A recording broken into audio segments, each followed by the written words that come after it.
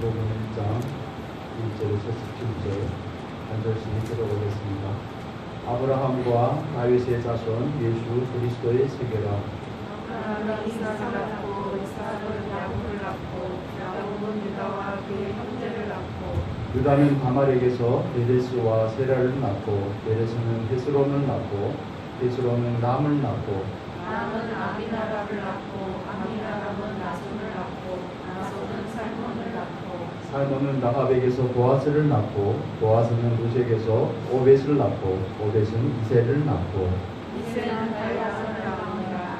다윗은 우리아의 아내에게서 솔로몬을 낳고 솔로몬은 르호보암을 낳고 르호보암은 아비야를 낳고 아비야는 아사를 낳고 아사는 요사밧을 낳고 요사밧은 요람을 낳고 요람은 우시아를 낳고 우시아는 요담을 낳고 요담은 아하스를 낳고 아하스는 히스기야를 낳고 히스기야는 므낫세를 낳고 므낫세는 아몬을 낳고 아몬은 요시아를 낳고 바벨론으로 이거할 때에 요시아는 여고냐와 그의 형제를 낳으니라. 바벨론으로 이구한 후에 여고냐는 스라엘을 낳았고 스라엘은 수르바벨을 낳고 수르바벨은 아비훗을 낳고 아비훗은 엘리야김을 낳고 엘리야김은 아소르를 낳고 아솔은 사독을 낳고 사독은 아킴을 낳고 아킴은 엘리웃을 낳고 엘리훗은 엘르아사를 낳고 엘르아사는 mat단을 낳고 mat단은 야곱을 낳고 야곱은 마리아의 남편 요셉을 낳았으니 마리아에게서 그리스도가 칭하는 예수가 나시니라. 그런즉 모든 대수가 아브라함부터 다윗까지 14대요 다윗부터 바벨론으로 이가할 때까지 14대요 바벨론으로 이가한 후부터 그리스도까지 14대더라. 아멘. 성경에서 저도 처음에 성경 읽을 때 그랬지만 성경 읽을 때 빨리 지나가고 싶은 제목들이 있죠. 창세기는 굉장히 재밌습니다. 창세기는 굉장히 재밌는데 출애굽기 한 6월절이 지나는 12장을 지나서부터 거기까지는 그래도 괜찮습니다. 19장까지는 괜찮은데 20장에 들어가서부터 율법이 나오고 그 다음에 성전 짓는 그런 것들이 나오면 출애굽은 했는데 헤어나올 수가 없습니다. 광야로 들어가면 헤어나올 수가 없습니다. 그러니까 민수기에 가면 족보가 엄청 나오죠. 족보 아니면 제사법 이런 것들 우리가 빨리 넣고 싶은 그런 내용들인데 사실 이스라엘 백성에게 있어서 족보는 굉장히 중요한 역할을 합니다. 창세기를 나눌 때도 잠깐 말씀드렸던 것처럼 창세기는 10개의 족보로 시작이 됩니다. 시작이 된다기보다 10개의 족보를 기점으로 해서 하나님께서 하시는 일들을 우리에게 자세하게 설명하고 있습니다. 창세기 2장에서부터 시작해서 천지의 대략이 이르니라 그러면서부터 족보가 10번 나오는데 톨레도트라는 그 단어가 10번 나오는데 족보는 하나님께서 하시는 그 역사의 이야기의 압축입니다. 그런데 그 역사적 그 시간을 압축해서 우리에게 보여줄 때 특정한 사람에게 와서 그걸 펼쳐서 보여주고 또 특정한 사람에게 또 펼쳐서 보여주고 이렇게 하는 겁니다. 예를 들어서 아브라함의 아버지가 데라죠. 아브라함에게는 형제들도 있습니다. 그런데 데라의 족보를 이야기하면서 아브라함에 대한 이야기를 그 다음에 설명을 하는 겁니다. 이런 식인 거죠. 그러니까 데라의 삶에 대해서 구체적으로 성경이 언급할 필요가 없기 때문에 거기는 스킵하고 그냥 생략하고 아브라함에 대해서 집중적으로 설명을 하는 겁니다. 아브라함에게도 아들이 이스마엘도 있고 이삭도 있죠. 그런데 이스마엘의 역사에 대해서는 간단하게만 짚고 넘어가고 또 이삭의 내용에 대해서는 또 장황하게 다루고 이런 식입니다. 그래서 우리가 족보를 통해서 알 수 있는 부분들이 많이 있는데 하나님께서 족보를 통해서 하나님의 그 놀라운 구속의 역사를 이루어간다는 것을 우리가 알 수 있습니다. 마태복음 1장 윗부분에서 나오는 그 족보는 우리가 지난주까지 살펴봤던 6기의 마지막과 매치되는 부분이 있죠.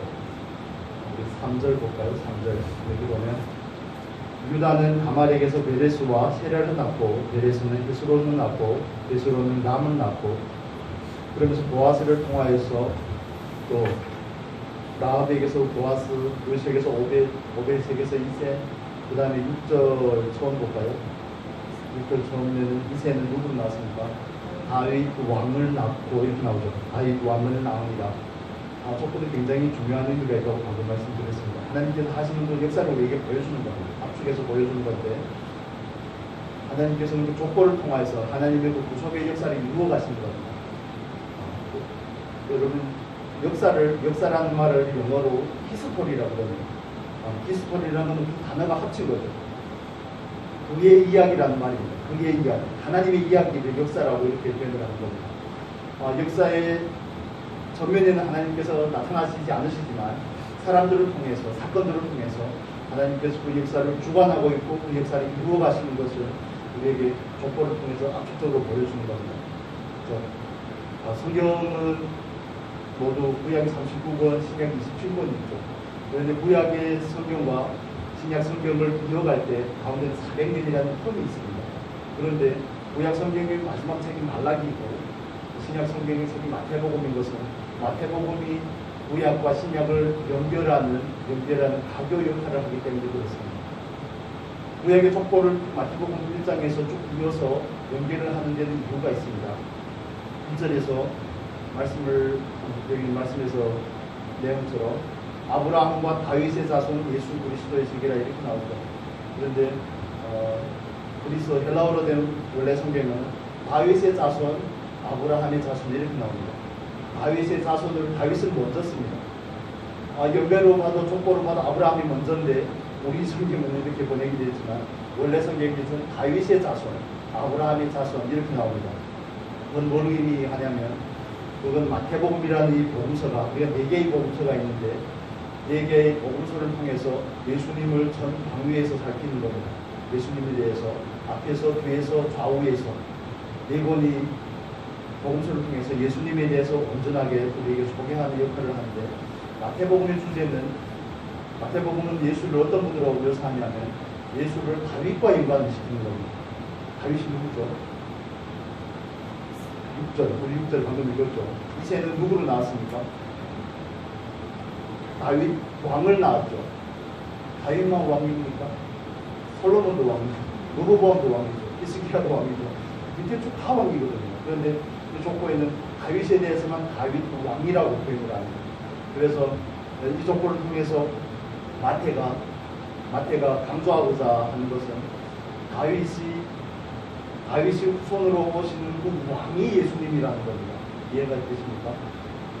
우리가 주일날 오후에 언약에 대해서 쭉 살펴보는데 거기서 이제 이번 주에도 살펴보겠지만 사무엘하 7장을 볼까요? 사무엘하 7장입니다.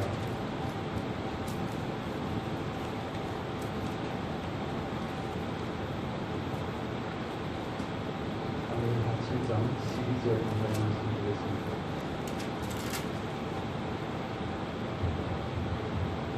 12절에서 16절까지 보겠습니다. 내 수완이 차서 내 조상들과 함께 잘 때 473세지 있습니다. 그 내가 내 몸에서 날 자식을 내 뒤에 세워 그 나라를 경복케 하리라. 저는 내 이름을 위하여 집을 건축할 것이요 나는 그 나라 위를 영원히 경복케 하리라. 나는 그 아비가 되고 그는 내 아들이 되리니 저가 만일 범죄하면 내가 사람 막대기와 인생 책찍으로 징계하려니와 내가 내 앞에서 패한 사울에게서 내 은총을 빼앗은 것 같이 그에게서는 빼앗지 아니하리라. 내 집과 내 나라가 내 앞에서 영원히 보존되고 내 위가 영원히 경고하리라 하셨다 하라. 12절에서 13절의 내용은 이건 나단 선지자가 다윗에게 예언한 내용입니다. 나단이 하나님으로부터 묵시를 받고 다윗에게 와서 이야기를 하나님의 예언의 말씀을 전한 내용인데 12절에서 13절에는 다윗의 아들인 솔로몬에 대한 이야기죠. 이해가 되십니까? 내 몸에서 날 자식은 내 뒤에 세워 그 나라를 경복케 하리라. 솔로몬 때도 다윗과 솔로몬 때는 이스라엘이 가장 강성할 때입니다. 13절에도 보면 저는 내 이름을 위하여 집을 건축할 것이고 다윗이 성전을 짓고자 했지만 그 성전을 하나님께서 누구 보고 지으라고 그러죠? 솔로몬에게 지으라고 그러죠. 그런데 여기까지만 보면 솔로몬에 대한 말씀인 것 같지만 16절에서 나온 것처럼 내 집과 내 나라가 내 앞에서 영원히 보존되고 내 위가 영원히 경고히 서리라. 그것은 다윗의 후손으로 올 다윗의 그 왕국이 다윗의 후손이 영원히 왕노릇하는 것을 의미합니다. 그런데 저 여러분이 잘 아는 것처럼 다윗의 손자인 르호보암 때, 솔로몬의 아들인 르호보암 때 유다라는 온전한 나라가 한반도가 남북으로 갈린 것처럼 유다가 남북으로 갈려지죠. 그래 북이스라엘과 남유다 이렇게 갈라지게 됩니다. 그리고 기원전 722년에는 북이스라엘이 아수르라는 나라에 멸망을 당합니다. 그 다음에 남쪽에 있는 남유다는 586년에 바벨론이라는 나라에 멸망을 당하죠. 나라가 망하면 왕이 어디 있습니까? 그런데 여기는 내 왕위가 어떻게 한다고요? 내 나라와 내 집과 내 나라를 영원히 경고케 한다고 이렇게 약속을 주죠. 그 약속의 성취로서 예수 그리스도가 오신 겁니다. 아멘. 이해가 되시죠? 그래서 다윗을 통해서 올 왕은 예수 그리스도라고 마태는 이렇게 연결을 하는 겁니다. 왜냐하면 마태복음은 유대인들에게 쓴 거거든요. 마태복음은 일차적으로 우리에게 준 게 아닙니다. 말씀과 기도교회에 준 게 아니고 마태가 섬기는 그 공동체에 하나님께서 마태를 통해서 준 건데 마태가 마태복음을 기록해서 복음을 전하고자 하는 사람들이 그 대상, 1차적인 대상은 유대인들입니다. 그렇기 때문에 족보 이야기를 하는 거고 또 구약의 이야기와 신약의 이야기를 같이 자꾸 엮는 겁니다. 그게 의도적으로 엮는 게 아니라 그 구약에서 하신 그 예언의 성취로서 예수가 왔다는 것을 마태는 자꾸 강조를 하는 겁니다. 다윗의 후손으로 온 분이 누구라고요? 예수라고요. 또 아브라함의 후손으로 오신 분이 예수라고 이렇게 강조를 합니다. 그런데 1장에서 강조하는 점은 다윗 왕의 후손으로 오신 예수를 말하는 겁니다. 이해가 되십니까? 마태복음 다시 읽어서 보겠습니다. 그래서 6절에서 표현하는 것처럼 이새는 다윗 왕을 낳으니라 이렇게 말하는 겁니다. 다윗 왕. 다른 사람들에 대해서는 왕이라는 표현을 쓰지 않는데 유독 다윗에 대해서는 다윗 왕이라고 표현을 하고 그리고 또 우리 17절 보겠습니다. 17절 보면 그런즉 모든 대수가 아브라함부터 다윗까지 14대요 다윗부터 바벨론으로 이거할 때까지 14대요 바벨론으로 이거한 후부터 그리스도까지 14대더라. 족보를 의도적으로 14대로 이렇게 딱딱 잘라서 맞췄죠. 사실 누가복음의 족보하고 비교를 해봐도 1장 4절에 있는 람은 아비나답을 낳고 하는데 누가복음 족보에 가면 람이 빠져 있어요. 이해가 되십니까? 다른 족보의 그 족보들과 비교를 해보면 그 개수가 안 맞습니다. 모든 사람을 다 기록한 게 아니라는 거죠. 그래서 낳고 할 때 여기서 낳는다는 표현이 그런 식으로 쓰는데 게나오라는 표현을 쓰는데 그 낳는다는 것은 아비가 되다 이런 표현이거든요. 후손이라는 그런 의미를 가지고 있습니다. 그렇게 이해할 수가 있죠. 내 아비는 누구다 이렇게 표현을 하는데 이 족보를 의도적으로 14라는 숫자로 맞춘 겁니다. 14라는 숫자. 이렇게 다 계산을 하면 14개가 훨씬 넘습니다. 그런데 14로 의도적으로 맞춘 것도 이건 유대인들만 알아볼 수 있는 겁니다. 14라는 다윗이라는 이 글자가 다윗이라는 히브리어의 글자가 세 개의 자음으로 이루어졌습니다. 한글에도 가나다라마바사 자음과 모음이 있죠. 자음과 모음인데 히브리어에도 자음과 모음이 있습니다. 그런데 히브리어는 모음을 중요시하지 않기 때문에 자음만 씁니다. 그런데 각 자음마다 대표하는 숫자의 값이 있습니다. 이해가 되십니까? 기억이면 1, 미음이면 2 이런 식으로 기으시면 3, 미음이면 4 이렇게 숫자의 값이 있는데 다윗이라는 것은 3개의 자음으로 되어 있습니다. 그런데 그 3개의 자음의 숫자의 값을 합치면 14가 됩니다. 달렛과 과부와 달렛 이렇게 3글자를 합치면 그 숫자의 값이 4입니다. 4에다 6 더하면 4 더하면 몇이죠? 14. 그래서 이스라엘 사람들만 이걸 알아먹는 겁니다. 유대인들만 알아먹습니다. 이걸 기마트리아라고 그러는데 수비학이라고도 하는 그 숫자를 푸는 공식입니다. 그 나름대로 자기들만 가지고 있는. 그래서 성경에 보면 숫자들이 많이 나오죠.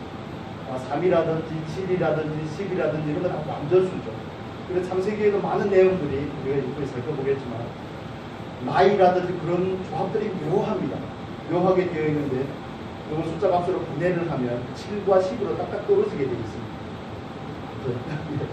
14라는 의미는 다윗이라는 이름, 14하면 히브리 사람들은 유대인들은 딱 아는 겁니다. 아, 이건 다윗의 이름값인데 이렇게 바로 아는 겁니다. 우리가 여기서 한국식으로 속어를 말하면 한국 사람만 알아먹잖아요. 저 한국에 오기 전에 몸에 짠한 뭐 이런 말 못 들어봤습니다. 이건 뭔 느낌인지 전혀 모르겠더라고요. 짠하다는 게 뭔가? 짜다는 뜻인가? 저는 이해가 잘. 이건 이 동네만 아는 거죠. 그렇죠. 그래서 그 정서가 뭔지를 후에는 알게 되지만 그런 것과 비슷한 겁니다. 다윗 하면 이 사람 숫자에 이 14라는 숫자가 머리에 바로 뜨는 겁니다. 여기는 숫자를 따로 쓰는 게 아니고 그 자음이 숫자를 나타내기 때문에 그래 14대로 인구하는 겁니다. 그래서 예수가 누구의 후손이라고요? 다윗의 후손이라는 것을 유대인들에게 의도적으로 어필을 하는 겁니다. 알려주는 겁니다. 족보에서 사람을 뺀 거 그럼 거짓이 아니냐? 그러지 않습니다. 필요한 것만 쓰는 겁니다. 성경이 필요한 것만. 저자의 의도에 따라서, 마태의 의도에 따라서 필요한 것만 씁니다. 예를 들면 마태복음의 족보는 위로부터 아래로 내려오죠. 맞습니까? 아브라함과 다윗의 자손 예수 그리스도의 세계라고 아브라함부터 시작하죠. 그런데 누가복음 3장에 가면 그 족보는 거꾸로 갑니다. 거꾸로 하나님까지 거꾸로 갑니다. 그래서 강조하는 부분들이 다른 겁니다. 다 같은 족보인데 사람이 빠지기도 하고 강조하는 부분이 다르기 때문에 마태복음에서는 왕으로 오신 예수, 그리스도로 오신 예수를 말하는 거예요. 그리스도가 세 가지 직분을 가지고 있잖아요. 제사장, 선지자, 왕. 그런데 여기서는 왕에 대하여서 우리에게 더 특별히 강조하는 부분입니다. 그 다음에 보면 여러분 보통 족보를 기록할 때는 우리 집안이 어떤 집안이야를 소개할 때 족보를 많이 기록을 합니다. 우리 교회는 성인 박씨인 분들이 별로 없죠. 그런데 여러분 그런 삼국 유사라든지 이걸 보면 난생소라라고 하죠. 아래서 깨어났다. 박씨의 손조가 바퀴를 벗어있잖아요.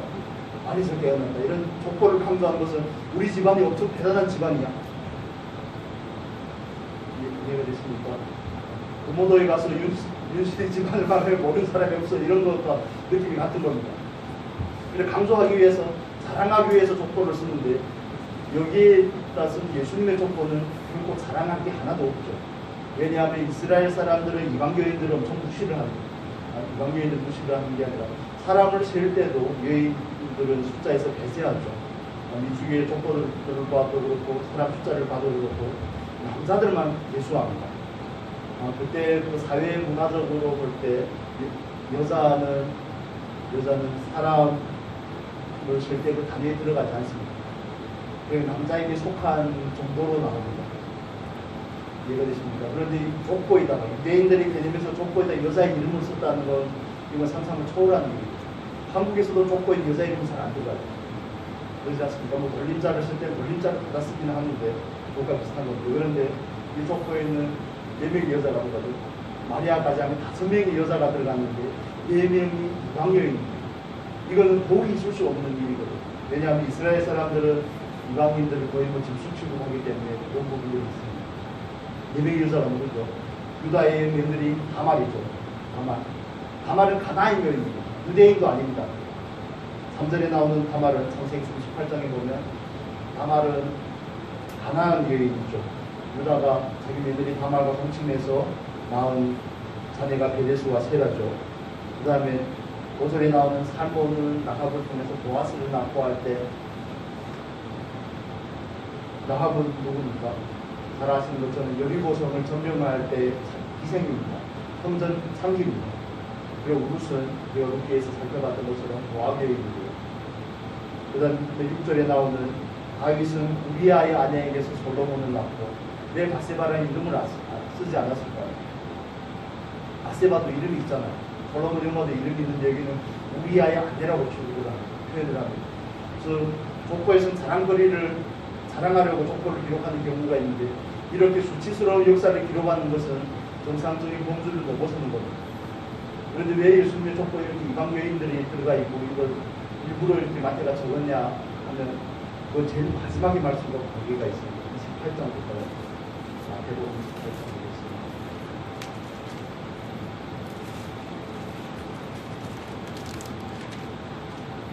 18절에서 20절까지 보겠습니다. 마태복음 28장 18절에서 20절 같이 읽겠습니다. 예수께서 나와 일러 가라사대 하늘과 땅의 모든 권세를 내게 주셨으니 그러므로 너희는 가서 모든 족속으로 제자를 삼아 아버지와 아들과 성령의 이름으로 세례를 주고 내가 너희에게 분부한 모든 것을 가르쳐 지키게 하라. 올지어다 내가 세상 끝날까지 너희와 항상 함께 있으리라 하시니라. 아멘. 여기 보면 예수님께서 하늘과 땅의 모든 권세를 예수님께 있다고 그러죠. 왕에게만 있는 권세입니다. 그렇죠. 요한계시록의 식으로 표현하면 만왕의 왕인 거죠. 예수님께서. 그리고 모든 족속으로 제자를 삼아, 그러니까 하나님 앞에서는 유대인이나 이방인이나 차별이 없는 겁니다. 구원에 있어서. 여러분 이해가 되십니까? 그래서 예수 그리스도의 족보에 이방인들이 들어간 거죠. 사람들이 보기에는 자랑거리가 되지 못하고 오히려 수치가 되지만 하나님께서는 연약한 이방인들을 통해서 하나님 선택한 백성의 범주를 초월해서 모든 사람이 예수를 믿고 구원을 받기를 원하시는 하나님이라는 것을 우리에게 의도적으로 나타내는 겁니다.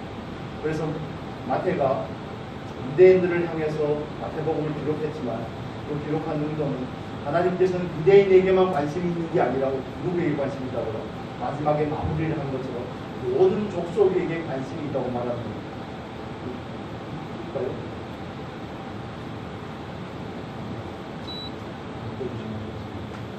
그래서 여기 보면 모든 족보에도 이방 여인들이 들어가 있고 유대인과 이방인들이. 그래서 이스라엘 사람들의 개념에서는 하나님은 이 세상 사람들은 유대인과 이방인 이렇게 나누는 겁니다. 그래서 마지막에 28장 19절에서 말하는 것처럼 모든 족속은 유대인과 이방인은 다 포함하는 개념이죠. 예수의 관심은, 하나님의 관심은 하나님께서 역사를 이렇게 이루어서 이방 여인들을 통해서 예수 그리스도가 오기까지 역사를 이루어올 때 그 과정에서 하나님의 관심이 이방인의 구원에도 관심이 있다는 것을 말씀해 주는 겁니다. 그건 아브라함을 부를 때 하나님의 약속과 관계가 있죠.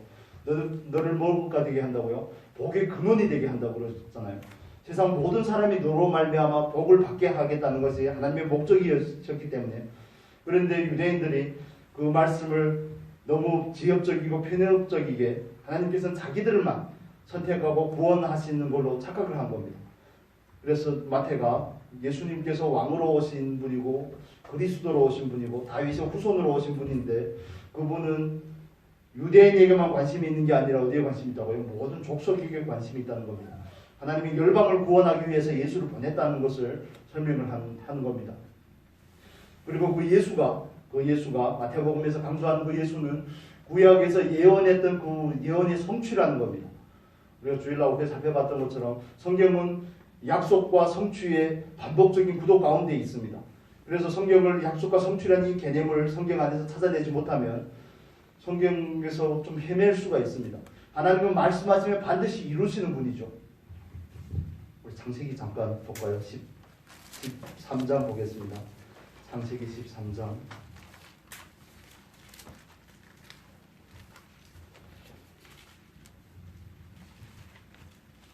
13장 15절입니다. 15절. 14절 15절 보겠습니다. 16페이지 같이 읽겠습니다.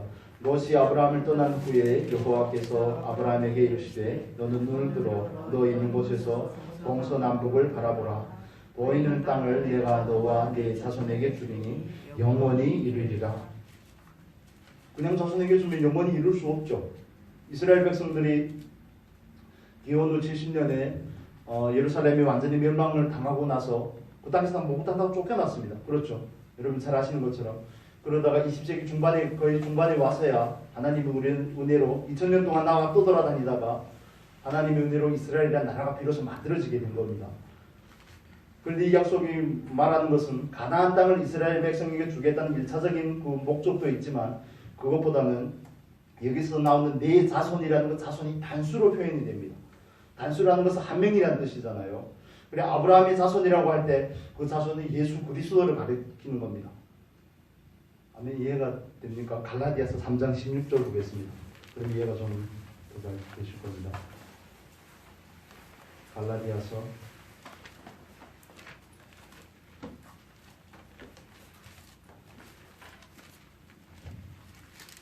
3장 16절.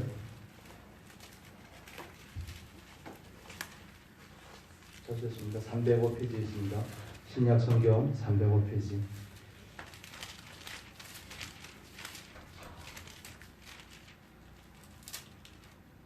같이 읽겠습니다. 3장 16절. 이 약속들은 아브라함과 그 자손에게 말씀하신 것인데 여럿을 가리켜 그 자손들이라 하지 아니하시고 오직 하나를 가리켜 네 자손이라 하셨으니 곧 그리스도라. 여럿을 가리켜 자손들이라 하지 아니하고 하나를 가리켜 자손이라 하였으니 곧 누구라고요? 예수 그리스도라. 그래서 창세기 12장에서 하나님께서 아브라함과 약속을 할 때 그래서 보면 창세기에 나오는 그 자손이라는 그 단어를 쓸 때마다 거의 다 단수로 표현을 합니다. 갈라디아서 3장에 와서 사도 바울이 구약에 있는 그 아브라함과 했던 그 약속의 말씀을 해석을 할 때 그 자손을 누구로 해석을 하죠? 그리스도라고 해석을 하는 겁니다. 그래서 성경은 항상 이런 맥락이 있고 약속과 성취라는 이 구도 가운데 있습니다.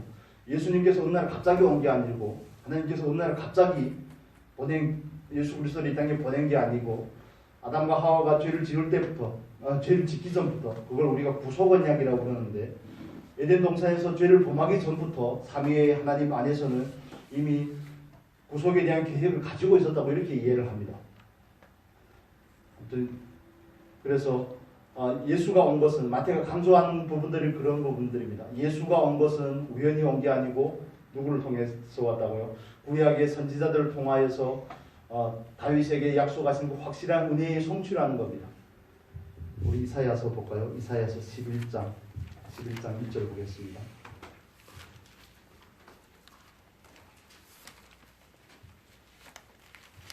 이사야서 11장 1절만 보겠습니다.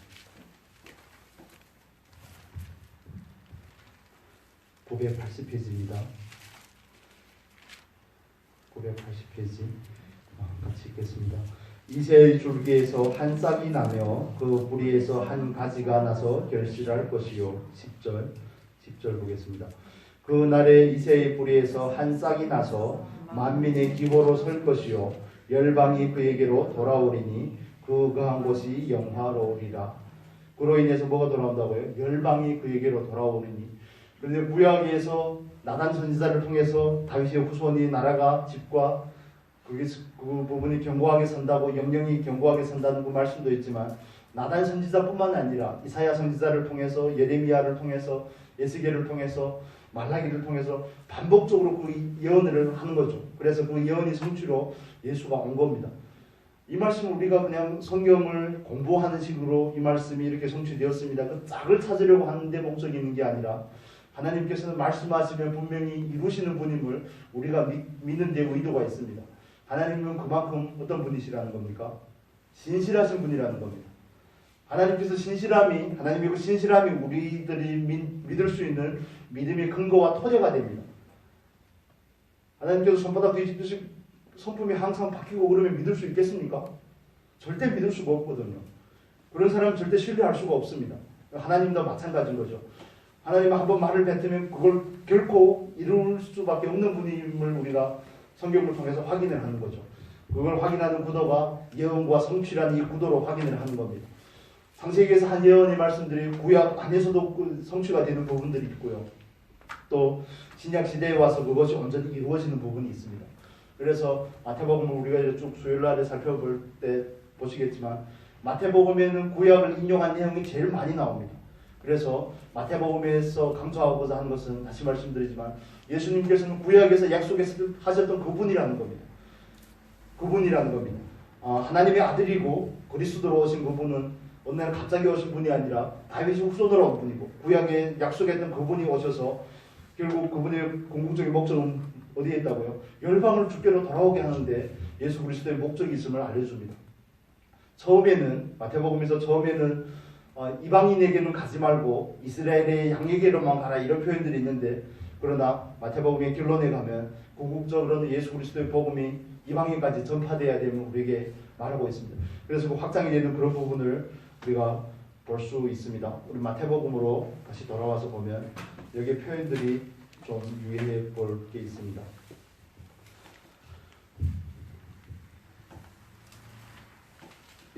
1절을 보겠습니다. 1절을 보면 아브라함과 다윗의 자손 예수 그리스도의 세계라 이렇게 나오죠. 성경에서는 고린도전서 15장에 보면 15장 보고 얘기할까요? 고린도전서 15장 보겠습니다. 예수님과 아담에 대한 비교가 나오죠. 45절입니다. 고린도전서 15장 45절 보겠습니다. 284페이지에 있습니다. 같이 읽겠습니다. 기록된 바 첫사람 아담은 산 영이 되었다 함과 같이 마지막 아담은 살려주는 영이 되었나니. 47절까지. 그러나 먼저는 신령한 자가 아니요 육에 있는 자요 그 다음에 신령한 자니라. 첫사람은 땅에서 났으니 흙에 속한 자이거니와 둘째 사람은 하늘에서 나셨느니라. 그래서 성경은 첫사람 아담, 마지막 아담은 예수님을 말하는 거죠. 첫째 사람, 둘째 사람, 첫 아담, 마지막 아담. 그래서 예수님께서 다윗의 후손이요 아브라함의 후손으로 와서 신약을 펼치실 때 그 의미는 뭐였냐면 아담을 통해서 죄가 모든 사람에게 임하잖아요. 우리가 로마서 5장에서 살펴본 것처럼 한 사람이 범죄함으로 말미암아 사망이 모든 사람에게 임한 것이거든요. 그런데 둘째 아담, 여기에 나오는 것처럼 마지막 아담, 둘째 사람으로 오신 그 예수 그리스도의 세계 가운데서는 구약의 아담의 모든 것을 다 정리하고 다 마무리하고 새로운 역사와 새로운 시대를 연다는 그런 개념이 있는 겁니다. 약속의 성취도 있지만, 그래서 우리가 족보를 비교해 보면 마태복음의 족보는 낳고로 나오죠. 이해가 되시죠? 낳고 이렇게 나오거든요. 그런데 창세기 5장의 족보를 보면 죽고로 나옵니다. 창세기 5장에 가면 아담의 후손들은 궁극적인 결론이 어디에 가죠? 죽는 겁니다. 그런데 마지막 아담이요 둘째 사람이 예수 그리스도의 족보 안에서는 모든 사람이 낳고라는 건 태어난다는 의미죠. 그런 근본적인 차이가 있는 겁니다. 그래서 예수님께서 말씀하시는 것처럼 내 말을 듣고 나를 보내신 이를 믿는 자는 어떻게 한다고요? 영생을 얻었고, 요한복음 5장 24절에서 그렇게 말씀하시죠. 그래서 창세기 5장에서는 아담의 족보에서는 죽고 무드셀라가 969세까지 살았지만 결국에는 어떻게 한다고요?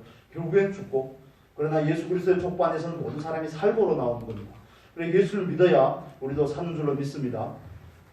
예수가 오셔서는 그 아담의 모든 것을 다 마무리하고 새로운 시대를 여는 겁니다. 새로운 세상을 여는 거죠. 천지의 개벽이 일어나는 겁니다. 구약에 있는 그 아담의 모든 것들을 부정적이고 사망과 죽음과 그 저주와 율법의 모든 것을 다 완성하시고, 그래서 예수님께서 마지막 십자가에서 돌아가실 때 제일 마지막 마디가 뭐라고요? 다 이루었다. 뭘 다 이뤘을까요? 구약에 기록이 된 그 모든 예언을 예수님께서 궁극적으로 성취하신 겁니다. 마무리하신 겁니다. 그런데 그걸 마무리하신 예수님께서 다시 온다는 약속을 남기고 가셨죠. 언젠가 올 겁니다. 그렇죠? 그리고 우리는 그걸 기다리면서 오실 예수님을 맞이할 준비를 하고 있는 것이죠. 근데 창세기 5장에서는 죽고로 끝나지만 여기는 낳고로 끝나는 부분이 있고요. 그리고 우리 16절 볼까요? 16절 보겠습니다. 16절. 야곱은 마리아의 남편 요셉을 낳았으니 마리아에게서 그리스도라 칭하는 예수가 나시니라. 16절에 낳았다는 표현이 두 번 나오죠. 야곱은 마리아의 남편 요셉을 낳고, 그 다음에 마리아에게서 그리스도라 칭하는 누가 낳았다고요? 예수가 나니라. 그런데 우리 한글 성경에서는 다 낳고 나시니라 이렇게 표현이 되지만 원문 성경에서는 여기 조금 다릅니다. 어떻게 다르냐면 여기서는 아브라함이 이삭을 낳고 한 그때는 사람이 주체가 되는 것처럼 그런 표현을 씁니다. 능동적인 표현이라고 그러죠. 능동적인 표현이라고 그러는데 제일 마지막 16절 마지막에 보면 그리스도라 칭하는 예수가 나시니라 할 때는 수동적인 표현을 씁니다. 마리아가 예수를 낳을 수밖에 없었다. 우리식으로 표현을 하면 마리아가 예수를 낳을 수밖에 없었다. 이렇게 이해할 수가 있습니다. 그건 다른 말로 말하면 때가 차매 이런 표현이 많이 나오죠. 때가 찼다는 겁니다. 구약의 약속이 이루어질 그 때가 찼다는 것이죠. 예수 그리스도의 족보 가운데 많은 이방 여인이 있고 풍파가 있고 그 가운데 많은 환경이 있지만 하나님께서는 그 궁극적인 약속을 이루기까지 드디어 성취하시는 분이심을 우리에게 말씀해 주시는 겁니다. 그래서 우리가 주일날에 살펴봤던 창세기 3장 15절의 그 여자의 후손이 예수로 마무리가 되는 겁니다.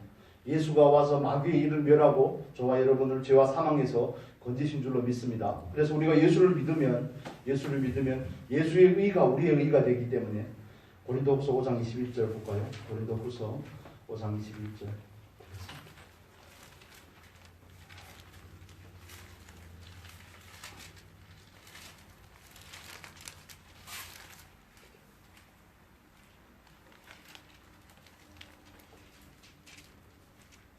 (5장 21절입니다. 291페이지) 고린도후서 5장 21절 같이 읽겠습니다.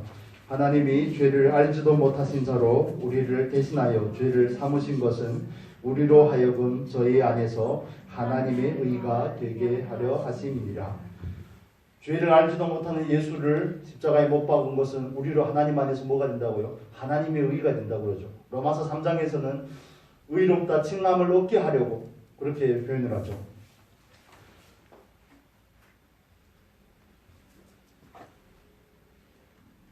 마태복음의 족보는 굉장히 중요한 부분들이 있습니다. 방금 말씀을 드린 것처럼 이 족보를 통해서 하나님께서 이루시고자 하는 일들을 압축해서 우리에게 보여줍니다. 우리도 충분히 다분하게 의도성을 가지고 있습니다. 그래서 보면 마태복음에서는 여러 가지 강조점이 있지만 예수님을 대표적으로 한 단어로 표현을 한다면 예수는 왕이라는 겁니다. 하나님의 아들이고 왕이라는 표현입니다. 그런데 마가복음이나 누가복음, 요한복음에 가면 또 예수에 대한 그 개념이 다르죠. 마가복음에 가면 예수는 섬김의 종으로 나옵니다. 섬기는 종의 모습으로 나옵니다. 누가복음에 가면 인자의 모습으로 나옵니다. 인자라는 것은 유대인의 구원만을 이루기 위해서 온 분이 아니라 열방을 구원하기 위해서 오신 예수. 그래서 누가복음과 사도행전이 짝을 이루는 거죠. 상권과 하권처럼. 그래서 사도행전의 복음은 어디까지 흘러가죠? 땅끝까지 흘러가는 겁니다. 땅끝까지. 그런데 요한복음에서 예수에 대한 표현은 예수는 생명입니다. 요한복음에서는. 그래서 요한복음을 우리가 흔히 독수리 복음이라고 그러죠. 그냥 세상적인 논리로는 세상적인 기준으로 바라볼 것이 아니라 그건 영적인 입장에서 바라봐야지 이해가 되는 그런 부분입니다.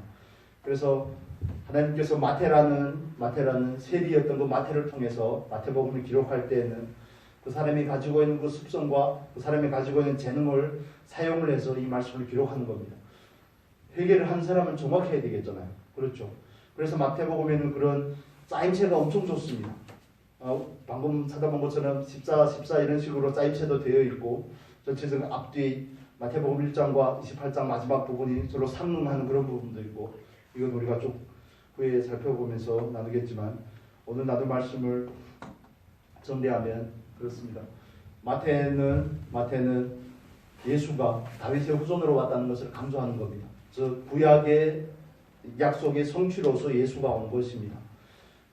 그래서 우리 다음 주에 살펴보겠지만 처녀가 아들을 낳으리니 임마누엘이라 하라 할 때도 이사야서 7장 14절의 말씀을 인용을 한 거죠. 그래서 예수는 임마누엘로 오시고 왕으로 오시고 임마누엘로 오시고 열방을 구원하기 위해 오시고 이런 부분들을 마태복음에서 우리에게 알려주는 내용들입니다. 하나님께서 말씀하시면 분명히 이루시는 줄로 믿습니다. 그래서 우리가 성경을 살펴보면서 하나님은 어떻게 말씀하시고 어떻게 이루는지를 통해서 오늘날 저와 여러분의 삶 가운데서 하나님의 말씀을 듣고 하나님께서 그 말씀을 어떻게 이루어 가시는지를 우리가 경험을 하면서 그 신실하신 하나님에 대해서 더 알아가는 부분도 있지만 말씀에서 나오는 그 예언과 성취를 통해서 하나님의 속성에 대한 확신을 가지는 겁니다. 하나님은 이런 분이시구나. 계획하시면 반드시 이루시는 분이시구나. 거기에 대한 믿음을 가지는 겁니다. 그래서 저와 여러분이 가지는 믿음의 근거는 하나님과 하나님의 말씀이 있다는 게 그래서 말씀이라는 거죠. 변덕이 있으면 말씀이 아닌 겁니다. 변덕이 있는 것은 술수죠. 사람의 생각이라든지 그건 진리가 될 수가 없는데 하나님의 말씀이 진리가 된다는 것은 말씀하시면 반드시 이루기 때문에 우리가 꼭 충분한 조건은 아니지만 말씀이 우리에게 요구하는 그 조건을 어느 정도 충족을 시키면 말씀이 우리에게 이루어 주시고자 하는 그 결과를 우리가 이룰 수 있기 때문에 그런 것입니다. 예수님께서 장차 우리 이 땅에 오실 때 많은 사람들이 예수를 믿는 사람들이 있지만 예수님을 만나서 예수님과 친밀한 관계와 교제 가운데 들어가는 사람은 그냥 계시록 19장 8절의 기준만 봐도 의의 행실을 가진 사람만 가능한 겁니다. 마태복음 25장의 기준으로 말하면 기름을 준비한 사람만 가능한 거죠. 기름을 준비 아니하고 왜 예수님께서 나를 모른다 하십니까? 이건 말이 안 된다는 거죠. 그래서 성경에서 우리가 그 원리를 발견을 했다면 그 원리를 우리들 삶 가운데 적용을 해야 되는 겁니다. 예수님께서 10명의 처녀가 똑같이 예수를 기다리지만 만난 사람이 5명밖에 없잖아요. 슬기로운 여자가 5명밖에 없는 것처럼 나는 그러면 이 입장에서 어느 쪽인지 나는 과연 의의 예복이 준비가 되었는지 이런 부분을 족보를 통해서 이런 원리를 발견을 하고 그 원리를 우리들의 삶 가운데 적용을 해보는 겁니다. 아멘입니까? 그래야 지금 하나님을 우리가 바르게 믿고 바르게 신뢰하고 하나님께서 이루실 그 일들을 소망 가운데 기대할 수가 있습니다.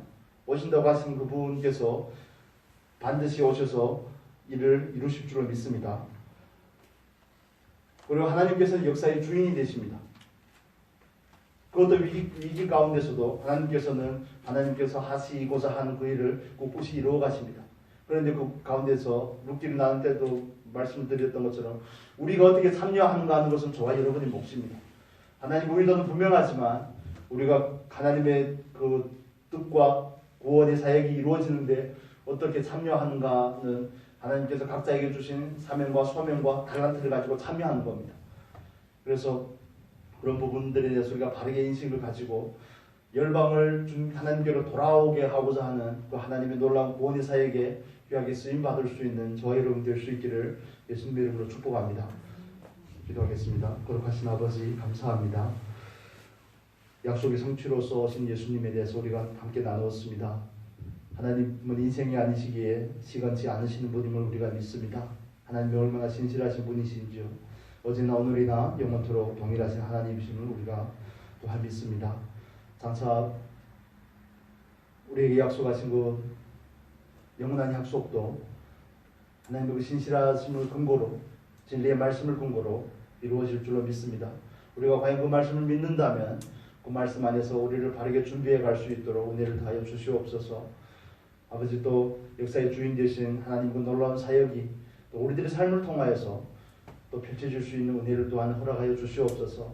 놀라운 그 구원의 사역 가운데 우리가 온전히 참여할 수 있도록 우리에게 지혜와 명철함과 은혜를 더하여 주시고 우리를 통해 하나님의 교회와 주의 가정과 주의 나라가 또 온전하게 채워지고 이루어질 수 있도록 은혜를 더하여 주시옵소서.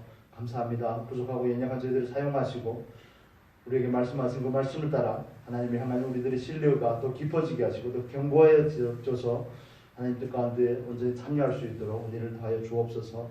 환난과 역경 가운데 있는 사랑하는 지체들에게도 하나님께서 믿음의 근거가 되시고 하나님의 그 신실함이 오직 의지할 수 있는 소망과 믿음의 근거가 되게 하여 주시옵소서. 이 시간을 감사하며 예수 그리스도